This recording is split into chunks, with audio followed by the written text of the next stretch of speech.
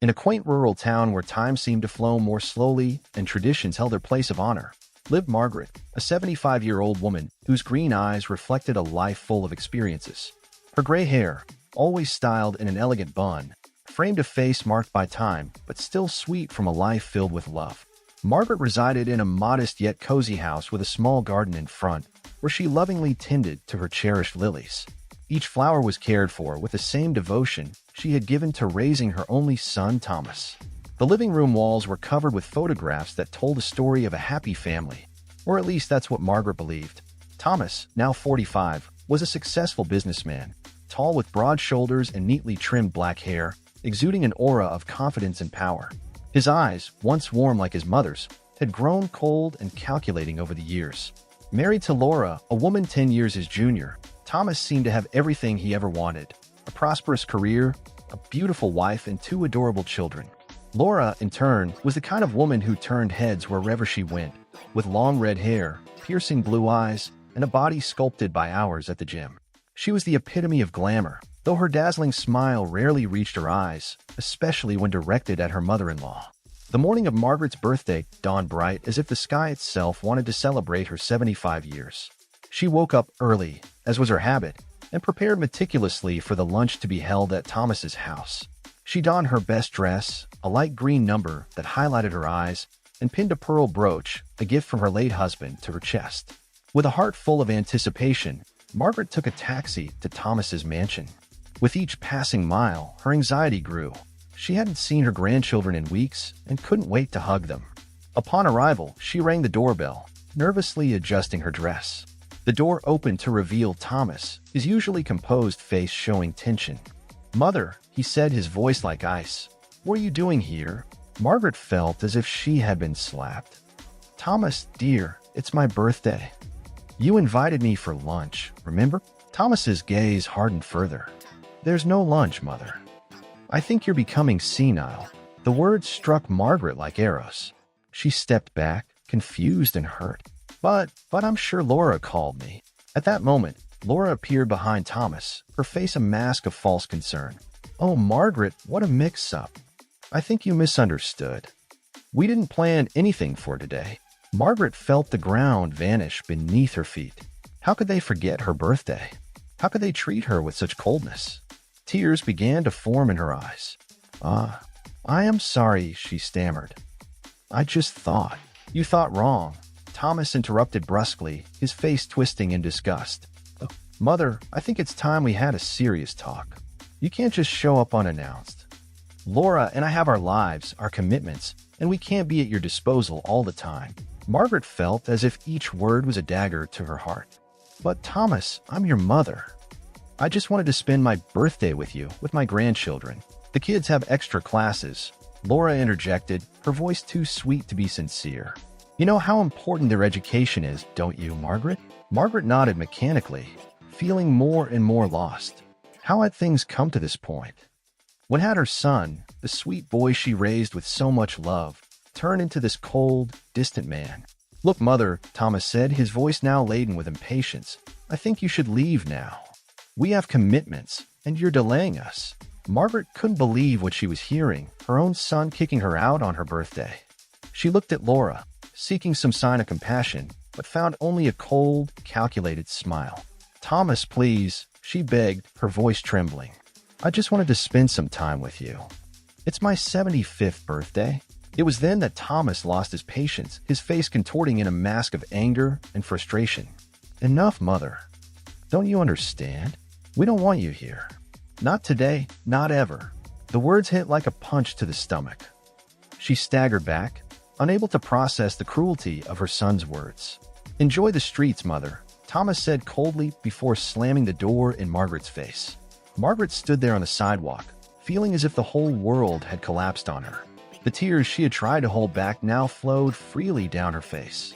Her heart, already fragile with age, seemed to be breaking into 1,000 pieces. Not knowing where to go or what to do, Margaret began to wander aimlessly through the upscale neighborhood where her son lived.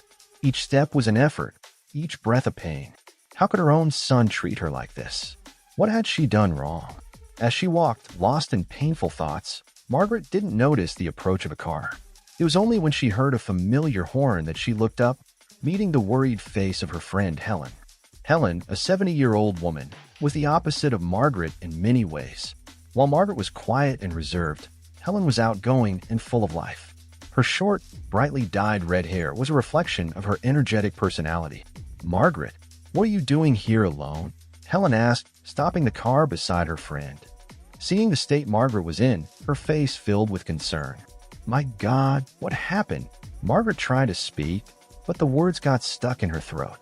Instead, she simply broke down in tears, her shoulders shaking with uncontrollable sobs. Without hesitation, Helen got out of the car and hugged her friend. "Come, dear. Let's go to my house. You need to calm down and tell me what happened." Gently, Helen helped Margaret into the car. During the drive to her house, she held her friend's hand, offering silent comfort. Margaret, for her part, seemed to have entered a state of shock, her eyes fixed on a distant point, the tears still streaming down her wrinkled face. Helen's house was the opposite of Thomas's mansion, small but cozy, filled with vibrant colors and eccentric objects that reflected the owner's personality. Once inside, Helen led Margaret to the living room, seating her on a soft sofa covered with a multicolored crochet blanket. "Now, my dear," Helen said, sitting beside her friend and holding her hands, "tell me what happened. Why were you walking alone in that neighborhood? And why are you crying on your birthday?" Margaret took a deep breath, trying to control the sobs that still shook her body. With a voice broken by emotion, she began to recount what had happened at Thomas's house. With each word, Helen's face twisted in a mixture of shock and indignation. "I can't believe it," Helen exclaimed when Margaret finished her tale. "How could Thomas do this? And on your birthday? That ungrateful boy." Margaret shook her head sadly. "I don't understand, Helen. Where did I go wrong? What did I do to deserve this?" Helen hugged her friend tightly. "You did nothing wrong, dear. Your son is the one acting like a monster, and that daughter-in-law of yours. I always suspected her. There's something very wrong with this story." At that moment, the front door opened, and a tall, broad-shouldered man entered the room. It was Mark, Helen's younger brother. At 65, Mark still maintained the erect posture and keen gaze from his days as a police detective. "What's going on here?" he asked, his deep voice full of concern upon seeing the state Margaret was in. Helen quickly explained the situation to her brother. As he listened, Mark's face grew increasingly serious. "This isn't right," he said, sitting in the armchair opposite the two women. "Margaret, are you sure there wasn't any misunderstanding?" Margaret nodded sadly. "I'm sure, Mark. Thomas made it very clear that he doesn't want me around, and Laura, she seemed almost happy with the situation." Mark frowned, his detective instincts awakening. "There's something very strange about this story. Margaret, have you noticed any changes in Thomas's behavior recently, or in Laura's?" Margaret thought for a moment. "Well, now that you mention it, Thomas has been more distant in recent months, and Laura, she's always been a bit cold with me, but lately it's been even worse." Mark exchanged a significant look with Helen. "Sister, I think we have a mystery to solve here." Helen nodded determinedly. "You're right, Mark. Margaret, dear, don't worry. We'll find out what's going on and make Thomas see the error of his ways." Margaret looked at the two, a small flicker of hope igniting in her heart. "You will?" "Of course we will," Helen assured her. "We're your friends, Margaret, and friends don't abandon each other." Mark stood up, his expression serious. "I'll make some calls. I still have contacts in the police who can help us investigate Laura's past. Something tells me she's the key to understanding this whole situation." Margaret felt a wave of gratitude flood her heart. Even in the face of her son's rejection, she found herself surrounded by the love and support of true friends. Perhaps, she thought, there was still hope. The following hours passed in a blur for Margaret. Helen convinced her to take a hot bath and put on some borrowed clothes while Mark made calls in his office. When Margaret returned to the living room, feeling a bit more composed, she found the dining table set with a simple but beautiful cake decorated with candles. "Happy birthday, Margaret," Helen said, hugging her friend. "I know this isn't what you planned, but we couldn't let the day go by unnoticed." Margaret felt the tears return to her eyes, but this time they were tears of emotion. "Thank you, Helen. You don't know how much this means to me." Mark joined them, his face serious but with a touch of determination. "Margaret, I made some calls. An old colleague of mine from the police is going to help us investigate Laura's past. He said her name sounded familiar, but he needs to check some old files." Margaret nodded, a mix of anxiety and curiosity taking hold of her. What could they discover about her daughter-in-law? As they share the cake and a cup of tea, the three discuss the next steps. Mark suggested that Margaret stay with them for a few days, at least until they understood the situation better. Helen agreed enthusiastically, happy to have her friend's company. Where are you watching this video from? If you're enjoying it, don't forget to subscribe to the channel. Margaret and Mark looked at Helen with confused expressions, but she just winked and continued the conversation as if nothing had happened. The following days were a whirlwind of emotions for Margaret. She alternated between moments of deep sadness, remembering Thomas's cruel words, and periods of hope, fueled by the unwavering support of Helen and Mark.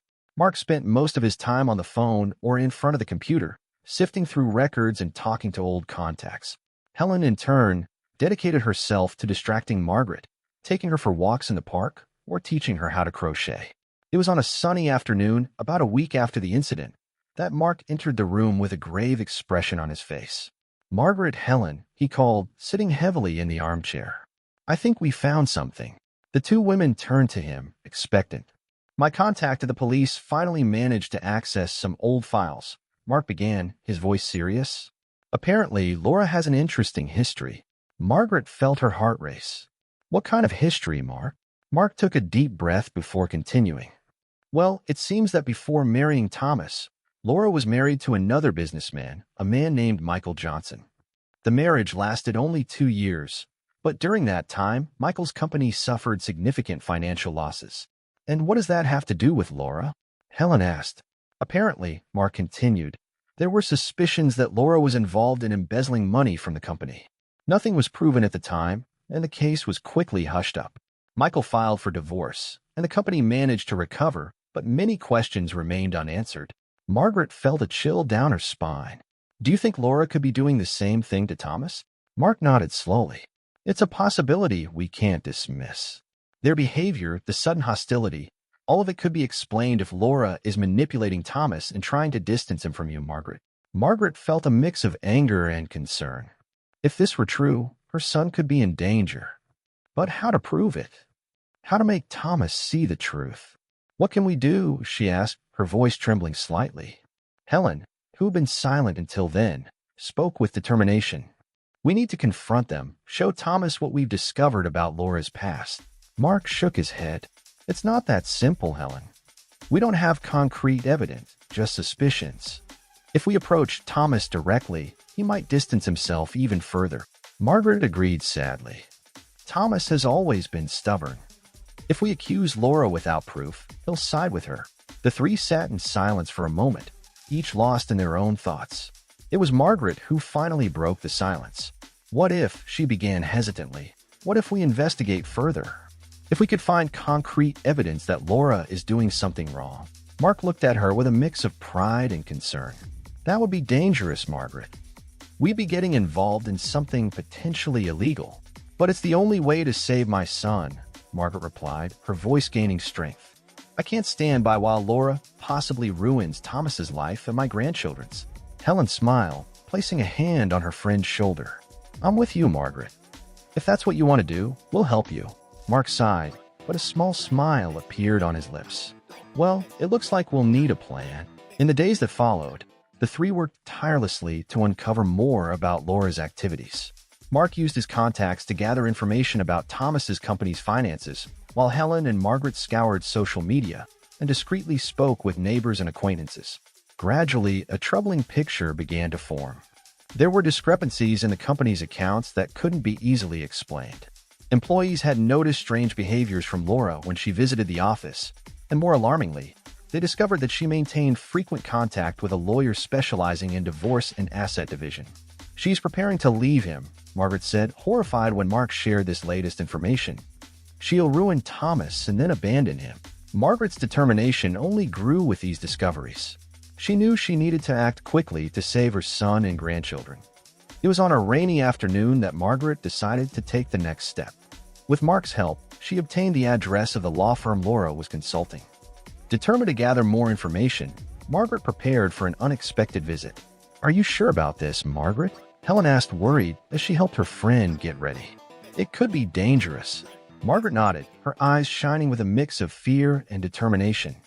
I have to do this, Helen, for Thomas, for my grandchildren. Dressed in a simple but elegant suit, Margaret looked much younger and more confident than she felt inside. With her heart racing, she took a taxi to the city center, where the law firm was located. The building was imposing, all glass and steel. Margaret took a deep breath before entering, mentally repeating the story she had prepared. She introduced herself at the reception as a potential client, asking to speak with the lawyer Laura usually consulted. To her surprise, she was received almost immediately. The lawyer, a middle-aged man with a practiced smile, greeted her warmly. "How can I help you, ma'am?" he asked, leaving the sentence open. "Smith," Margaret completed, using a false name. "Margaret Smith. I'm considering divorcing my husband." The lawyer nodded understandingly, inviting her to sit. "I understand, Mrs. Smith. These matters are always delicate. Can you tell me a little more about your situation?" Margaret hesitated for a moment, her heart pounding. It was now or never. Taking a deep breath, she began to speak carefully, mixing truths and lies. "Well, actually," she said, lowering her voice as if sharing a secret, "I'm more interested in knowing how to protect my investments. You see, over the years, I've, let's say, diverted some funds from my husband's company. Nothing too significant, of course, but..." The lawyer raised his eyebrows, clearly interested. "I understand, Mrs. Smith. This type of situation requires delicate handling." Margaret nodded, feeling guilty for lying but determined to continue. "Yes, exactly. And I heard that you have experience with similar cases. A friend of mine, Laura, recommended your services." Upon hearing Laura's name, the lawyer seemed even more interested. "Ah, yes, Mrs. Laura. A fascinating case, I must say." Margaret's heart skipped a beat. She was on the right track.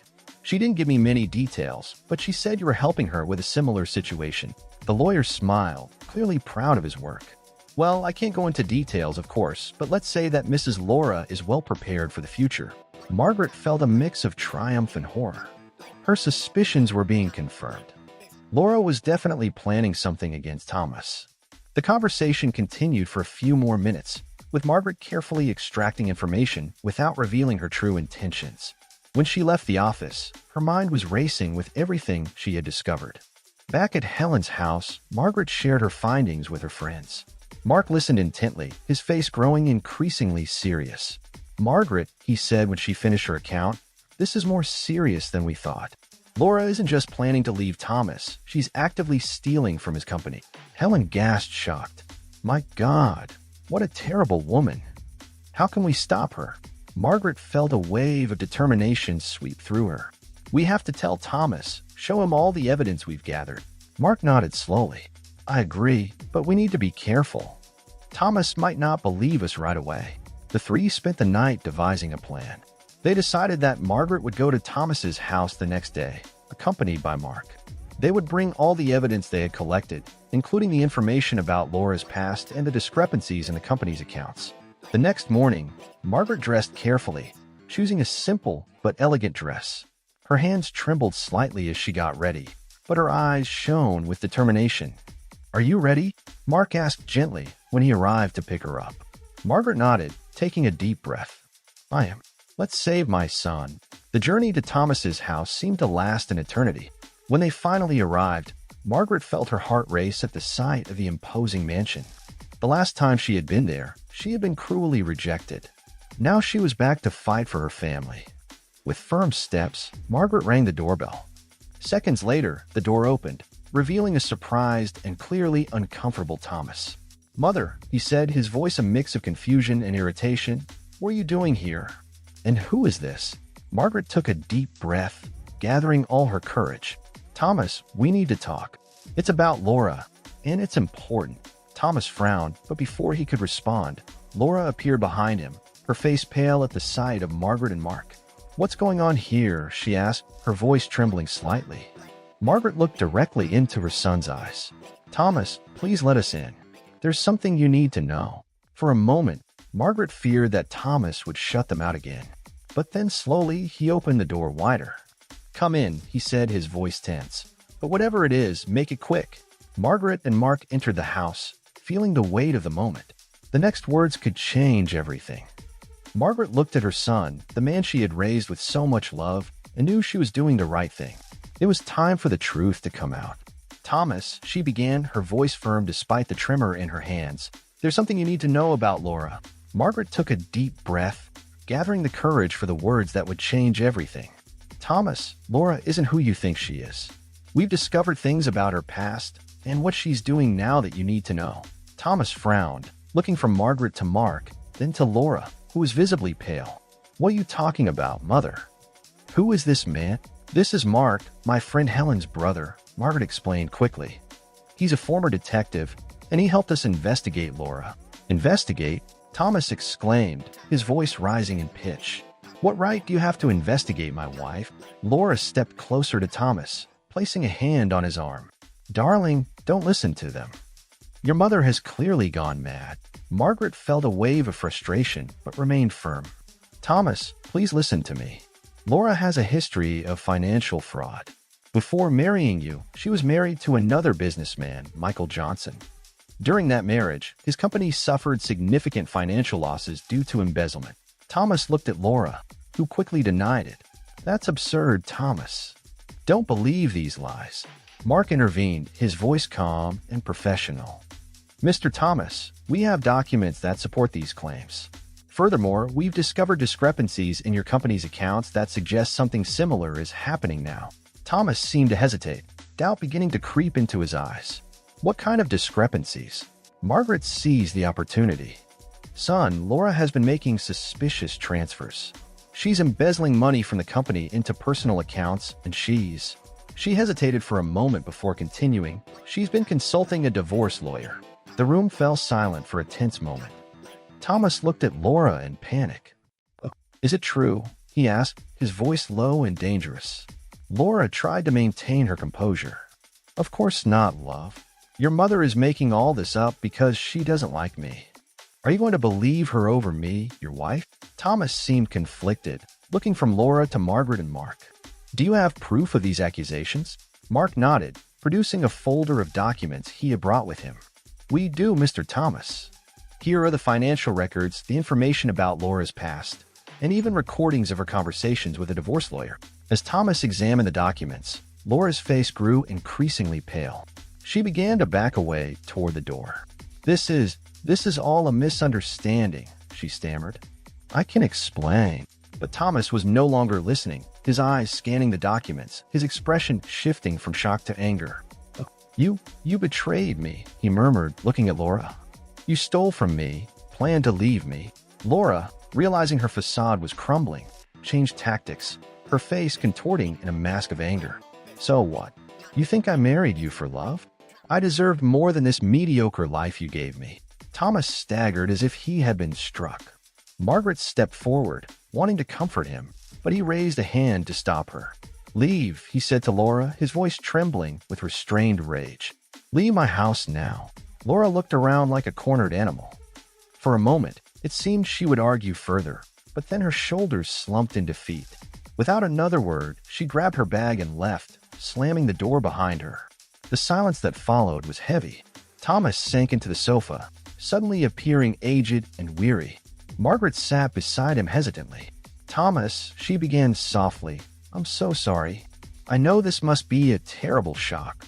Thomas looked at her, his eyes filled with pain and confusion. Why, Mother? Why did you do all this? Margaret felt tears forming in her eyes. Because I love you, son. Because I couldn't stand by and watch you be deceived and manipulated. I know I was intrusive, that maybe I overstepped boundaries, but I just wanted to protect you. Thomas remained silent for a long moment, processing everything that had happened. Finally, he spoke, his voice hoarse with emotion. I was a fool, wasn't I? I pushed you away, the person who cared the most about me, because of her. Margaret placed her hand over Thomas's. You were in love, son. Love sometimes blinds us.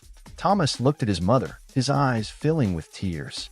Forgive me, Mother, for everything I said, for how I treated you. Margaret felt her heart swell with love and relief. Oh, Thomas, she said, pulling him into a hug. Of course I forgive you. You're my son. I'll always love and forgive you. They stayed like that for a long moment, mother and son reunited, beginning the healing process. Mark, sensing that his role there was complete, discreetly said his goodbyes and left. In the days that followed, Thomas worked tirelessly to repair the damage Laura had caused.